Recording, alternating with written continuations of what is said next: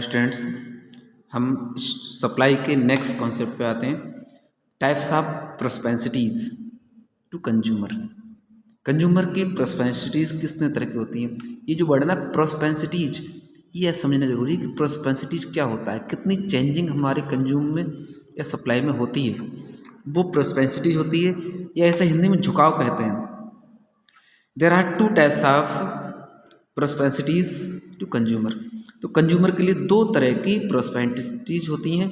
तो फर्स्ट बने देखिए एवरेज प्रोस्पेंसिटी, एपीसी कहते हैं जिसको, और मार्जिनल प्रोस्पेंसिटी, एमपीसी कहा जाता है। तो average prospensity to consumer APC क्या है देखें, it refers to the rate of consumption expenditure.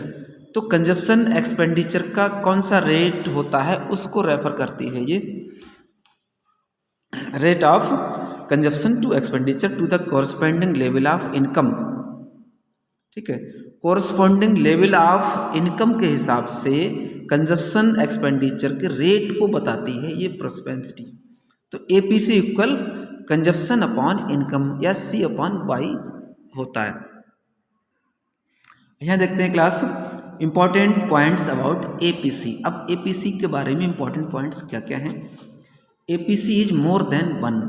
APC जब एक से ज़्यादा होता है, वन से ज़्यादा आता है जो हमारा, तो उसे कहते हैं as long as consumption is more than income.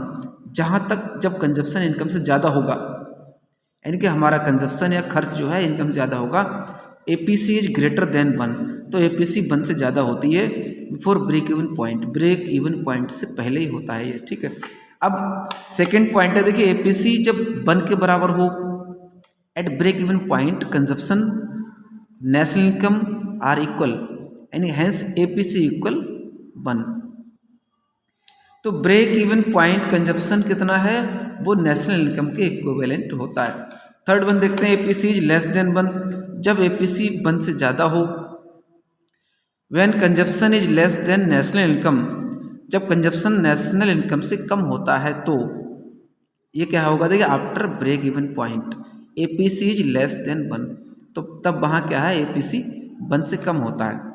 Fourth point देखते हैं APC falls with increase in income.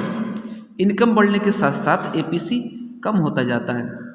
APC falls continuously with increase in income because the proportion of income spent on consumption keeps on decreasing. क्योंकि consumption पर खर्च किए गए proportion का part जो है कम होता जाता है, इसलिए एपीसी फॉल्स होता है, इनकम बढ़ती है। APC can never be zero. अब एपीसी कभी भी जीरो नहीं होती। APC can only be zero when consumption becomes zero. जब कंजप्शन जीरो होगा तभी एपीसी जीरो हो सकती है। However consumption is never zero.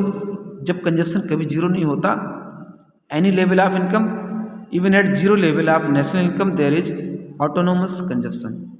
तो नेशनल इनकम जब जीरो होगी तो एक ऑटोनोमस कंजप्शन होता है, जिसे सी से इंडिकेट किया जाता है।